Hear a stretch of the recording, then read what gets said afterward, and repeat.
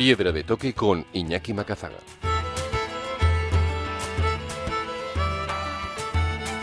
Aquí arranca Piedra de Toque, el momento de los viajes, la montaña y la aventura, con todos los contenidos siempre accesibles en formato podcast en piedradetoque.es.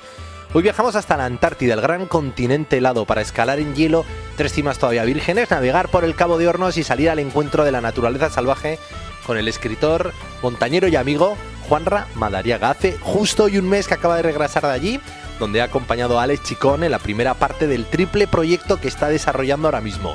Por un lado, escalar estas montañas vírgenes en la Antártida, para después ascender el Amada Blam y conquistar posteriormente el Monte Everest sin oxígeno en pleno invierno.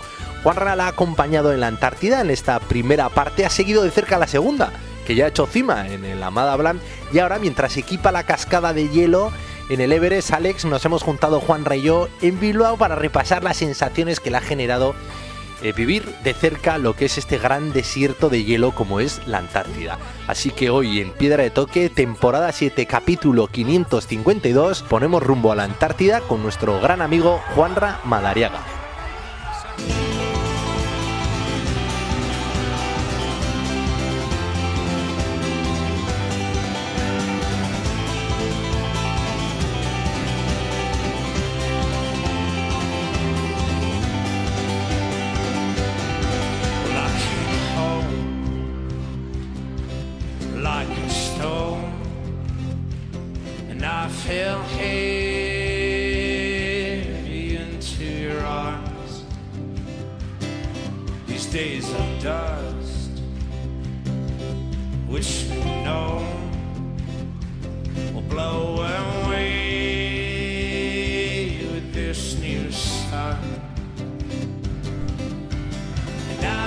Estamos con el montañero y escritor Juanra Madariaga. Ongi etorri de nuevo.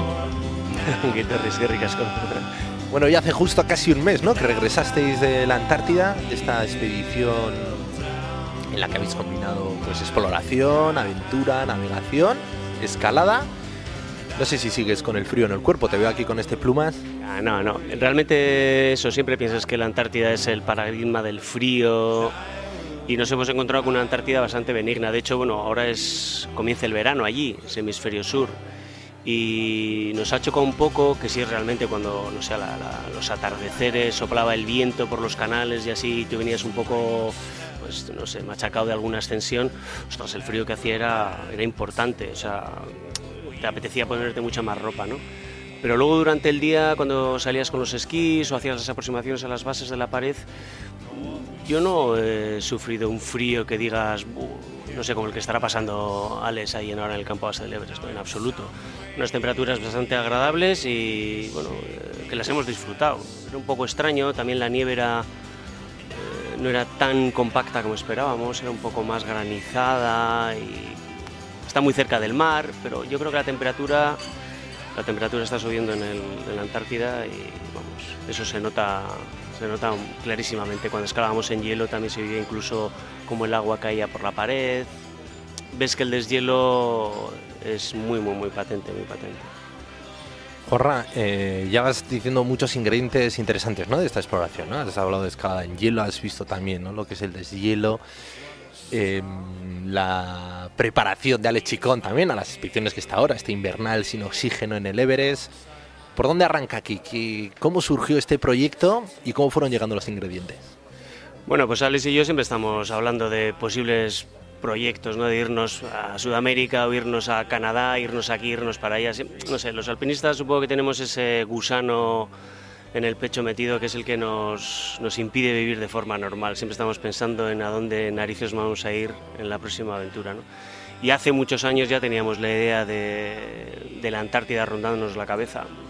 Alex proponía este año hacer una triple expedición, digamos, en donde contemplaba un viaje a Antártida, y me llamó Juanra, oye, que este año hay posibilidades, tal, ¿qué te parece? Oye, pues, ni lo dudé, le dije que me apuntaba sí o sí, y bueno, empezamos a buscar la financiación y a la vez yo pues empecé a labrarme un poco esas imágenes, ¿no?, que iba a ver. Entonces, pues bueno, buscando en internet muchas fotos, viendo como las montañas que había por allí, empiezas a trazar líneas en montañas que crees que vas a poder ascender. Íbamos en un velero, íbamos a contratar un velero que nos iba a aproximar a las bases de las paredes. Entonces, pues bueno, pues viendo muchas fotos y eso, y sobre todo imaginando esas líneas, pues te vas haciendo un poco la expedición que vas a vivir. Es verdad que hay muy poca información de la Antártida y eso es buena señal. Eso quiere decir que está muy poco explorada y que la gente no ha realizado, pues eso, una labor de cartografía extensa. Hay realmente pocas fotografías de lo que es el interior de la Antártida. Hay unas zonas que están muy poco visitadas. Nosotros íbamos a los canales patagónicos, los canales antárticos, Gerlache, etcétera, etcétera, y pues ahí pasan más barcos, hay más turismo, entonces bueno, era, digamos, relativamente fácil ver fotografías en internet. Pero de ahí a acceder a ver si la montaña estaba extendida, si habría líneas de escalada, eso ya ha sido otro tema que obviamente está muy poco escalada aquella zona y las líneas que existen, pues bueno, pues han sido realizadas en momentos muy concretos y hay mucho por abrir y mucho por escalar y es fantástico. Es genial porque ya empiezas a hablar como con ganas de volver, ¿no? No has contado todavía lo que habéis hecho, pero ya. Y en la preparación tú ya sí que encontraste y localizaste varias cimas, incluso ya veías las posibles líneas a esas cimas. Sí, pues sobre todo las fotografías al final, las montañas nos entran por los ojos a los alpinistas, ¿no? Y ves una montaña que tiene una geometría especial con una serie de líneas de roca o de hielo o de nieve que te llama la atención y dices, bueno, pues por ahí igual podemos subir. Entonces, a priori, sabía que íbamos a pasar con el barco por una serie de canales que nos podrían acercar a esas cumbres y le planteé a Chicón, Alex, estas son las cumbres que tengo, le enseñé una serie de fotos, mira, podíamos ascender por aquí, esta línea no está pisada, esta cumbre yo creo que está sin ascender. Bueno, he hecho una labor de estudio de toda esa zona importante, ¿no? Dediqué varias semanas a estar mirando todo aquello. Y claro, cuando le presento a Alex y le digo, mira, esta es la montaña que queremos subir, pues él también flipa, dice, joder, vaya montañón, qué línea más chula, le metemos por aquí, le metemos por allá. ¿Qué es lo que pasa? También la Antártida guarda su carta. Generalmente los desembarcos son muy difíciles, porque claro, todo es zona glaciar y el glaciar rompe directamente sobre el mar. Entonces claro, te encontrabas con paredes entre 20 y 80 metros de hielo, totalmente inaccesibles y muy peligrosas. Entonces había veces que queríamos ir a una montaña, pero era imposible acceder a ella. Entonces teníamos que irnos hasta, yo qué sé, qué esquina donde había una piedra que nos dejaba llegar con la Zodiac y poder pegar un salto a la nieve e intentar ascender por ahí, ¿no? Entonces, eso también ha hecho cambiar muchas de las líneas que teníamos pensadas escalar y han aparecido otras que han sido igual de fabulosas que las que teníamos pensadas, claro. Claro, para llegar a la base ibais en velero.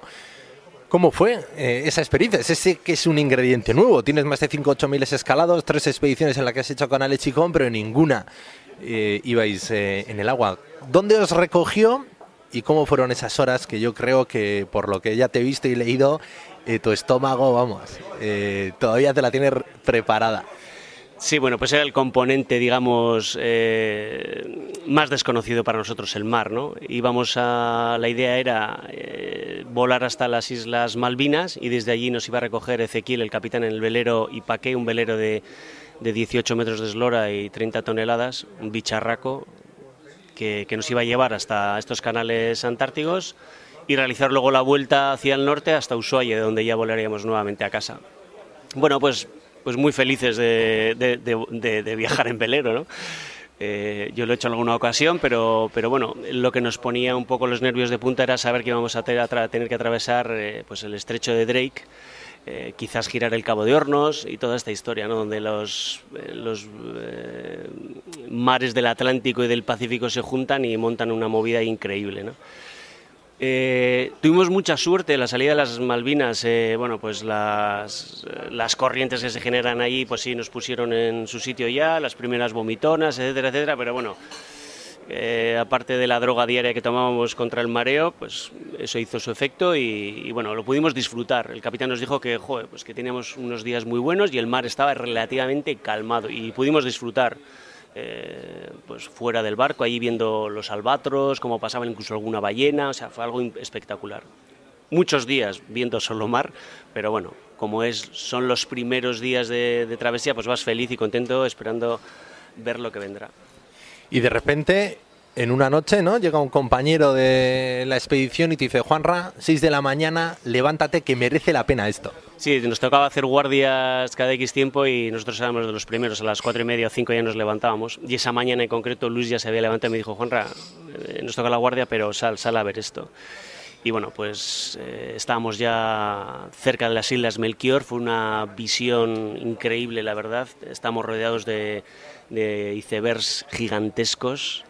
Y íbamos hacia una porción de tierra que eran como pequeños champiñones completamente cargados de nieve, unos glaciares que tapaban las islas, y nos metíamos por unos canales muy tranquilos donde ya empezábamos a ver pues los primeros pingüinos o las primeras focas, etcétera, etcétera. Realmente fue una visión increíble porque la Antártida nos recibió con el tiempo antártico, o sea, estaba nevando sin parar, unos copazos impresionantes, el barco completamente blanco, un frío del demonio, el cielo completamente gris, la niebla un poco más alta que los icebergs, que estas islas pequeñas, y lo tengo grabado como una visión increíble, terriblemente fantasmagórica y a la vez terriblemente bella. Y bueno, fue el primer contacto con la Antártida. A todo correr amarramos el barco, sacamos los trastos, empezamos a escalar, sacar esquís, hicimos la cumbre de la isla Melchior, bajamos esquiando. Bueno, fue un día impresionante, era el día de Nochebuena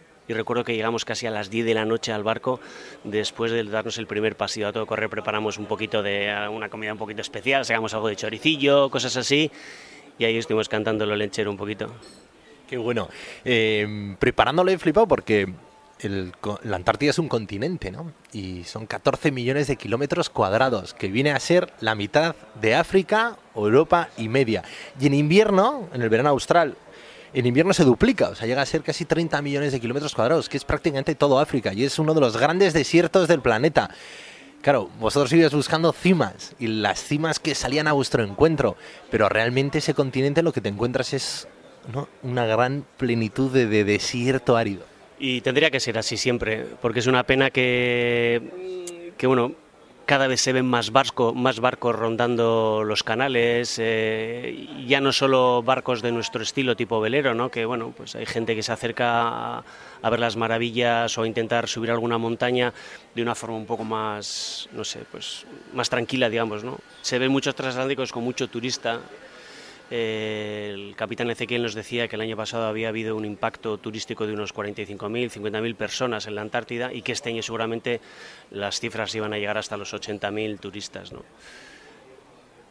Bueno, todos formamos parte de esta degradación de la Tierra, pero realmente da un poco pena ver como la Antártida, ese inmenso desierto blanco que ojalá permanezca así ad aeternum, pues bueno, está cada vez más al alcance de la mano de cualquiera, ¿no? Si hay dinero se puede ir a muchos sitios. Y hay grandes empresas americanas e inglesas que bueno, pues ponen, por una cantidad desorbitante de dinero, ponen al alcance de la mano del turismo todos esos territorios increíbles.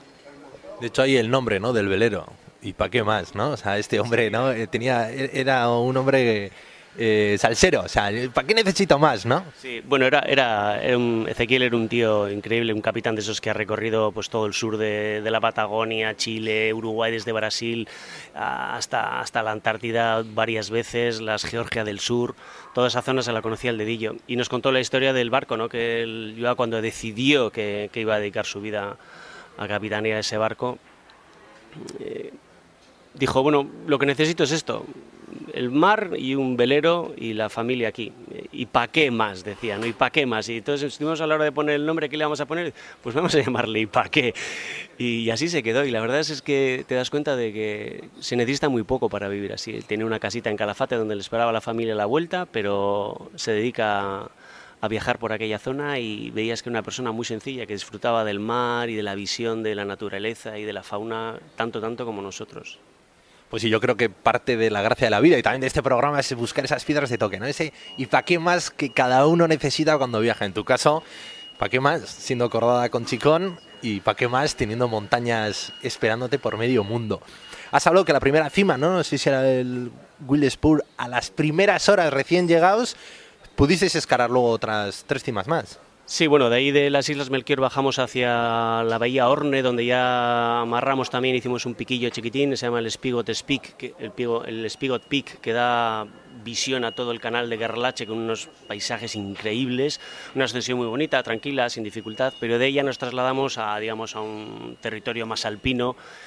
Y yo tenía fichado el Will Spur, donde había una línea de unos eslovenos, una línea muy similar a la que quería subir yo, pero el problema era el puñetero desembarco, que nos dejaba a una distancia increíble y teníamos que atravesar una zona glaciar de grietas que aumentaba mucho la peligrosidad de la ascensión. Entonces, bueno, vimos que había una arista gigantesca, larguísima, pero que no tenía ese componente de peligrosidad. Y no nos lo pensamos, dijimos, va a ser una ascensión muy larga, de hecho nos teníamos 18 horas sin parar, pero va a merecer la pena. El capitán, recuerdo que nos dejó al mediodía, a la 1 del mediodía, para empezar a escalar, y son horarios que solo te los puedes plantear en la Antártida, porque aquí es imposible, llegaríamos de noche, frío, nocturnidad, no vas a ver nada. Allí, como no es de noche, hicimos cima a las 10:30 de esa noche antártica y fue increíble, o sea, era de día, quizás como con una especie de lente ligeramente gris que nos cubría, pero vamos, a la 1:30 de la mañana ya era de día otra vez.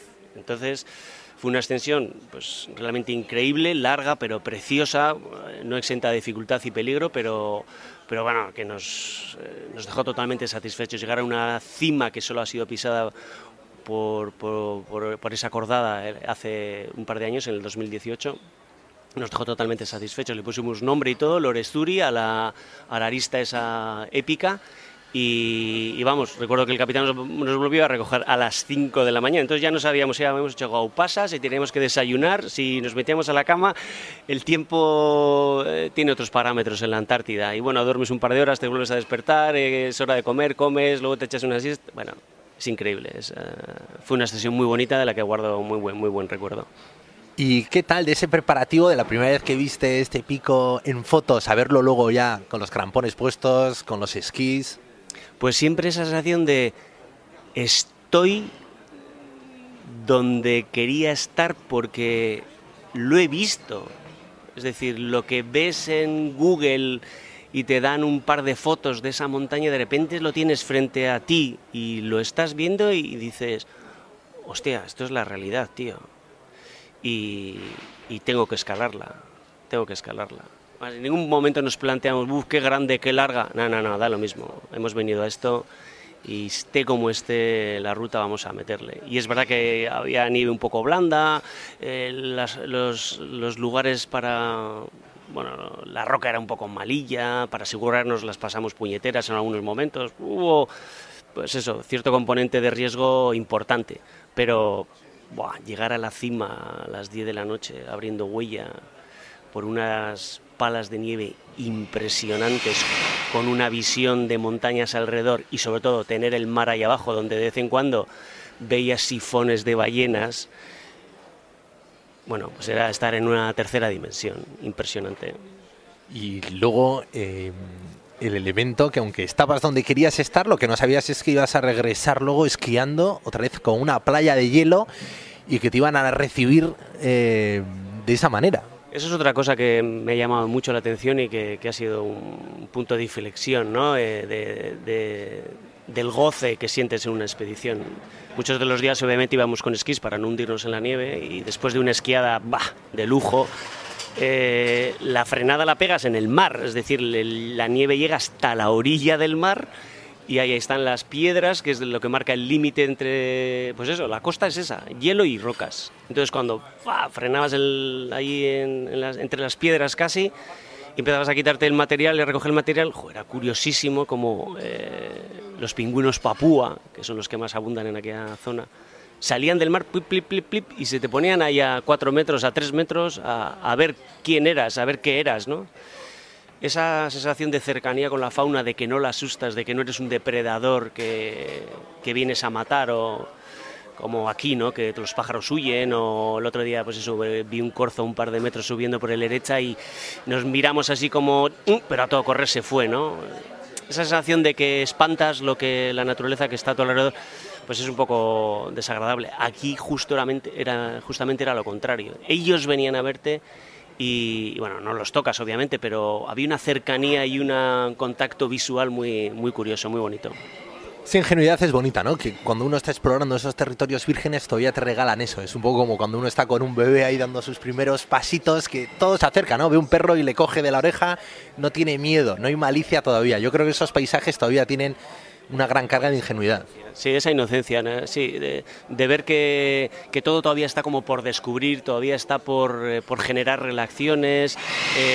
Sí es verdad que, por ejemplo, incluso los pájaros, tengo una visión grabada en la cabeza del día de la última extensión que realizamos al Wet Peak, una extensión dura, ya cambió el tiempo, nieve, un frío ya del demonio, de eso que el hielo final estaba muy abombado, una cornisa un tanto peligrosa, un par de sustos y bueno, dijimos vamos a bajarnos de aquí, que tener aquí un accidente puede ser un problema muy gordo porque aquí no te saca nadie, ¿no?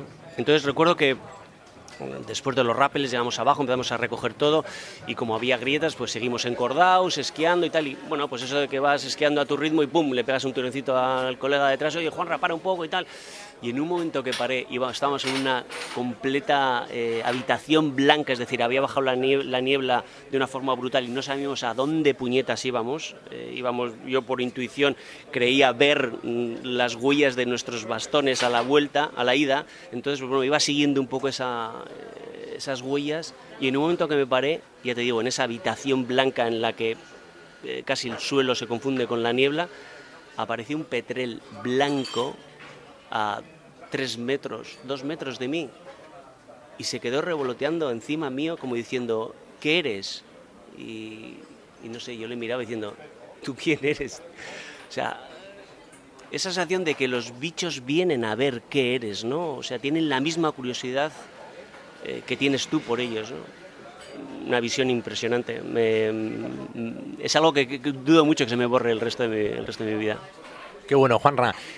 No solo eres Mendizáler, eres escritor, has escrito muy buenos libros. Yo creo que esto lo irás recogiendo. No sé si en el barco te dio tiempo a escribir mucho, pero no sé si alguno de estos recuerdos los has puesto ya por escrito. Cuando un viajero o un escritor viaja, Reverte dice que viaja 3 veces, Javier Reverte, que cuando la prepara, en el durante y luego en el después. No sé si ese tercer viaje está empezando ahora con estas entrevistas o ha empezado ya en tu casa, en tus diarios de viaje. Sí, yo soy más del tercero. Yo soy más de... Bueno, de hecho siempre llevo un diario para escribir en todas las expediciones y de ahí anoto muchísimas cosas, sobre todo sensaciones, vivencias y lo que me produce todo eso, ¿no?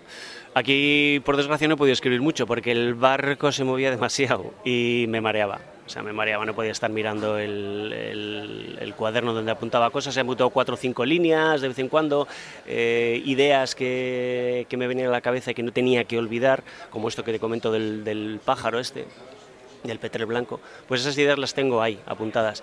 Y a partir de ahora es cuando empezaré a relatar un poco todo ese viaje. Espero que igual en el futuro haya una segunda parte y pueda ya formar algo más sólido en cuanto a la narración, ¿no? Pero ya te digo, lo que tengo apuntado es lo que me va a dar el pie a desarrollar una línea narrativa que sí, me gustaría hablar de la Antártida y de todo lo que envuelve ese mundo. Porque con este tercer pico ya cerrabais el viaje, ya tocaba el regreso y ahí creo que sí que los vientos os volvieron a recordar que bueno, hasta pronto, pero que si volvéis os esperamos más animados de como os hemos recibido, ¿no? Sí, de hecho, bueno, tenemos un par de días de asueto para igual intentar otra escalada, etcétera, etcétera, y el capitán nos dijo, chicos, yo creo que es mejor que nos volvamos porque la subida se va a poner más recia de lo que pensaba. Parecía que, bueno, pues él está continuamente mirando la meteo y parece que desde el Pacífico venía una tormenta grosa que bueno, que él quería evitarla o bueno, por lo menos una vez que pase o antes de, pero bueno, pues parece que casi nos la comimos entera, ¿no? Entonces él insistió en salir un día antes, le metió ahí motor ahí para arriba desde esta zona de Port Locroix hacia Ushuaia. Y bueno, pues sí es verdad que los primeros días el barco se movía un poquito más de la cuenta, pero ya al de 2 o 3 días ya nos dijo, bueno, esto no ha sido nada, ahora empieza, como decía él, ahora empieza el rock and roll. Meter todo en bolsas, atarlo todo, si podéis meteros al catre. Teníamos una especie de toldo que se eleva en el catre, que le llaman el violín, para que no salgas despedido, entonces lo teníamos atado continuamente, porque claro, cada vez que una ola venía por babor y golpeaba el barco, pues tú te torcías en el catre contra la pared, o si no, salías despedido para otro lado, ¿no? Y recuerdo pues sí haber estado horas y horas y horas y horas tumbado en el catre, pues eso, empotrando un brazo para que no te vayas, metiendo la rodilla en la otra esquina para que no salgas despedido y planteándote si sales a mear o si sales a comer algo. Yo creo que he venido más delgado de la cuenta por eso mismo, porque los últimos días apenas comíamos, porque era una odisea mantener cualquier cosa en la mesa e incluso estar tú sentado para poder comer, ¿no? Las olas que aparecían por babor, pues bueno, pues, no sé cómo decirlo, daban mucho miedo, porque tuvimos olas entre 8 y 10 metros, y cuando ves esa masa de mar que viene, como eleva el barco completamente escorado, y cuando pasa lo vuelve a escorar hacia el otro lado, y suena todo y cruje todo, pues bueno, yo subía, estaba media horita y me volvía otra vez al catre porque era muy difícil aguantar ahí arriba, ¿no? Y sí, fue una sensación incluso de que creaba ansiedad, ¿no? El hecho de saber que, bueno, van a ser así día y medio, quizás 2 días, y las horas pues pasan como pasan. Cuando estás en una situación límite, pues las horas parece que no transcurren en plan gelatina, ¿no? O sea, son mucho más gordas. Y bueno, pues eso, ya una mañana el capitán dijo, bueno, parece que para las 12 esto tiene que empezar a bajar y tal, y sí es verdad que empezó el tema un poco a calmar, no calmó del todo, pero de ver aquellas masas gigantescas de ola por todas las esquinas pues a más o menos controlar el tema, pues empezamos a disfrutar, y justo, gracias a los dioses que poblan aquella zona, justo al llegar hacia el Cabo de Hornos, pues bueno, el mar ya se calmó y nos dio un día fabuloso de sol increíble, con un mar completamente calmado, y pudimos disfrutar de los primeros avistamientos del Cabo de Hornos y del Canal Beagle, etcétera, etcétera. Y llegar a Puerto Williams pues fue una gozada, Qué bien, ¿no? También dice Sebas Álvaro, ¿no? Que las montañas no solo están hechas de roca y hielo, ¿no? Sino de ilusión, literatura, cine, valores. Yo creo que esos lugares, ¿no? Están llenos también de toda esa magia literaria, de todas esas primeras exploraciones, que encima vivirlo con buen tiempo, con mal tiempo, hace que tu cabeza esté viajando en el tiempo, ¿no? Cuando pensabas que bueno, en aquella época en las que los marineros y los exploradores se adentraban por aquellos mares sin saber lo que se iban a encontrar, y se encontraban estas tormentas terribles, es normal que te digan, no, en el Drake hay hundidos no sé cuántos barcos y han perecido no sé cuántos marineros. Es que es normal, es increíble. Te das cuenta realmente de que el mar es otro mundo. O sea, yo a partir de esta expedición veo gente de tierra y gente de mar, punto. Solo hay 2 tipos de personas: los que están en el mar y se juegan ahí la vida y lo viven no sé, nos encontrábamos con muchos amigos de Ezequiel en otros barcos veleros y nos decía, no, este ha dado la vuelta al mundo solo, no sé qué, o este lleva aquí 3 meses, este pasó el invierno en la Antártida en su barco. O sea, dices, pero la peña se le va la pinza, o gente pues muy cerrada, gente que hablaba poco, ¿no? Que estaba todo el día igual en el puesto de mando mirando el horizonte, no sé, gente muy beresi, muy especial, muy especial. Y ves que el mar es para los del mar, para mí no. Volvería porque hay que llegar a esos paraísos, hay que pasar este peaje, digamos, lo volvería a pasar, pero ostras. Juanra, para ti no es el mar ni tampoco el frío extremo. Tú te volvías a casa, ya llevas un mes, has ido entrando en calor, llevas cogiendo algunos kilillos de más, pero Ale Chicón ha subido y ha escalado la Mont Blanc con éxito, en preparación a este proyecto en el que está ahora, que va equipando las grietas, la cascada de hielo, para hacer la cima, por fin, en invierno del Everest sin oxígeno. ¿Cómo la estás siguiendo y cómo le ves a él? No sé si habrá también recuperado kilos. Bueno, este no creo que perdió mucho, este sí que come bien, no sufre mucho, Chicón. Alex tiene un metabolismo muy adaptado para eso, para el frío, para las penurias, es un tío muy duro. Yo siempre le comento lo mismo cuando va al Everest, que realmente tiene muchas posibilidades de pasarlo muy mal y muy pocas posibilidades de hacer cima, ¿no? Porque el principal peligro, digamos, del Everest en invierno no es realmente tampoco el frío, sino es el viento. O sea, en invierno en Nepal es terriblemente ventoso y a medida que subes, escalar con viento supone un sufrimiento añadido impresionante. Ya en las expediciones normales, los días de cima, te toca viento y bueno, pues tienes que apretar mucho los dientes y ser consciente de lo que vas a pasar. Que compararlo con el invierno es un juego de niños, ¿no? En invierno ahí los vientos tienen velocidades increíbles y la sensación térmica, es que es otra fase. Yo le digo a Alex que va a tener que buscar un día muy concreto de viento mínimo casi cero en el Collado Sur que le dé la posibilidad de ascender a la cima sin oxígeno, porque si no, desde el Collado Sur da la casualidad que llegar a la cima, ese tramo va por una arista, entonces todos los vientos de China o todos los vientos de Nepal que se encaucen por el glaciar del Khumbu van a pegarle por uno o por otro lado, y escalar durante 10, 12, 13 horas con un viento que, no sé, que imagínate está porreando continuamente y que te está congelando, yo creo que no hay ser humano que lo pueda soportar, ¿no? Entonces tendría que ver la posibilidad de vigilar muy de cerca la meteo, y el día que vea que esa meteo da una posibilidad de viento mínimo o viento cero en altura, jugársela como sea, pero si no, yo creo que hay muy pocas posibilidades de hacer el Everest en invierno. Lo bueno que tiene Chicón es que esa mínima probabilidad se agarrará ahí con dientes, con sus brazos y a esperarla. El Amada Blanc, no sé si cuando en la expedición que fuiste tú, estaba Cerain, no sé si también te habrás acordado de él, ¿no? Que como homenaje en Piedra de Toque, viejo colega al que le echamos mucho de menos. Sí, fue una expedición muy curiosa, nos juntamos Juanito, Alberto, Eneco Po y yo, los cuatro, ¿no? Venía yo de una expedición con Juanito Yarzaba en el Choyu y bueno, nos lo pasamos muy bien y me invitó, oye, vamos a la Amada Blanc en primavera, que luego él quería ir al Karakorum en julio o así, y nos juntamos 4 amigos y siempre digo lo mismo, hicimos cumbre fue por Alberto, porque también nos pilló un día de esos de ¡wow!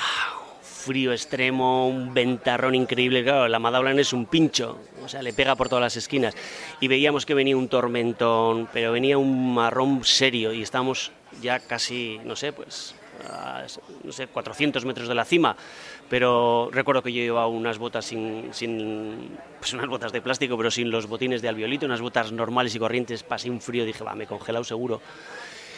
Y recuerdo que nos paramos un rato en alguna zona allí de hielo, todos helados. Eneco no pudo subir por problemas estomacales, lo pasó muy mal Eneco allí.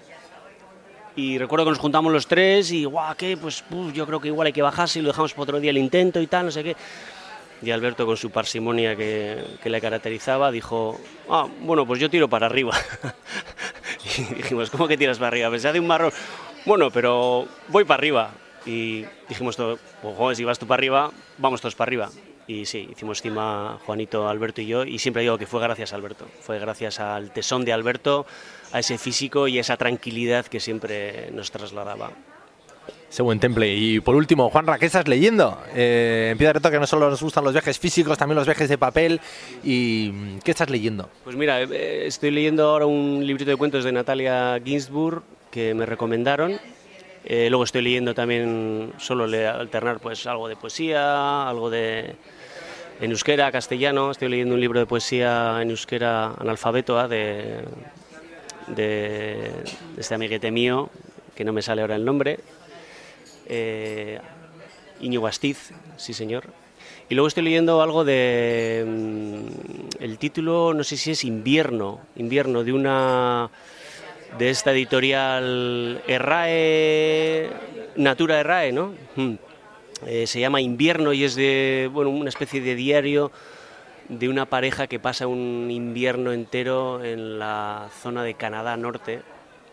Y cómo vive el invierno, gente que nunca ha estado en la naturaleza inmersa de esa forma, y cómo vive el invierno y cómo lo que el invierno supone para una gente que está fuera del siempre, ¿no? Y me ha llamado mucho la atención, pues cómo se hace su casa, cómo corta leña para poder calentarse, la relación que tiene con todos esos animales que en invierno vienen a su casa pues a ver quién es, qué pasa por aquí, ¿no?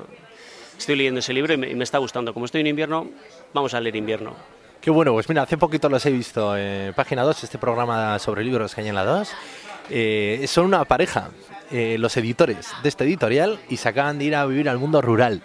Y puede ser que hayan disfrutado mucho editándolo y se hayan visto reflejados en esa propia historia. Puede ser. Yo creo que el mundo rural y ese mundo, pues eso, de naturaleza que hoy está tan en boga, yo creo que cada vez llama más la atención. Nos llama más la atención. Tenemos que tener una relación directa con la naturaleza y yo es lo que busco, por ejemplo, ¿no? Todos los fines de semana, incluso cuando cambien la hora y ya el día sea un poco más largo, los atardeceres, intentar ir a alguna montaña al atardecer, o los fines de semana, como no, ir al monte. Yo necesito de ese contacto con la naturaleza, de ese contacto también con esta fauna que te comentaba antes, con esos corzos, con esos bichos que te aparecen de repente, ¿no? Es algo que me parece muy gratificante, que me da mucha paz y que me ayuda, pues, a enfrentarnos quizás a veces a la porquería de vida que tenemos frente a nuestros ojos. Juanra, pues es que ricasco, nosotros lo que necesitamos es estar muy en contacto contigo. Gracias por guiarnos, gracias por abrirnos esta huella. Hemos ido no solo en velero, no solo hemos escalado unas montañas vírgenes, no solo hemos visto a ese petrel que también nos ha mirado a nosotros, sino que encima nos apuntamos estos libros y ya sabes, te seguimos la huella. Estupendo, pues es que ricasco, a ver si para otra seguimos hablando de esto. Y esa forma de no ser consciente de ella, que tu curiosidad no desaparezca y crezca como lo hacen ahora tus piernas, las que te llevarán. Con música cerramos el viaje sonoro de esta semana. Suena Izal, la canción Pequeña Gran Revolución, y se la dedico a mi nuevo compañero de Cordada Vital, Unaicho, que mañana cumple sus 10 primeros meses de vida. Y sí, Unai, tu llegada ha sido una gran revolución y ojalá, como canta la canción, tus huellas me guíen a nuevas lejanas montañas.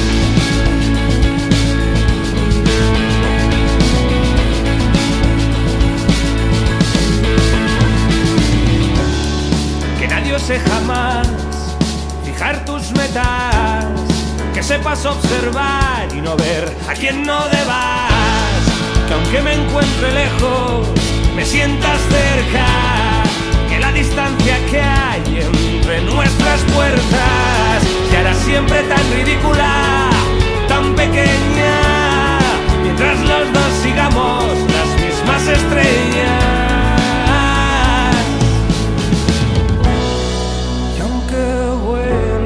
Lejos, tan alto que no puedas vernos, te esperamos dentro.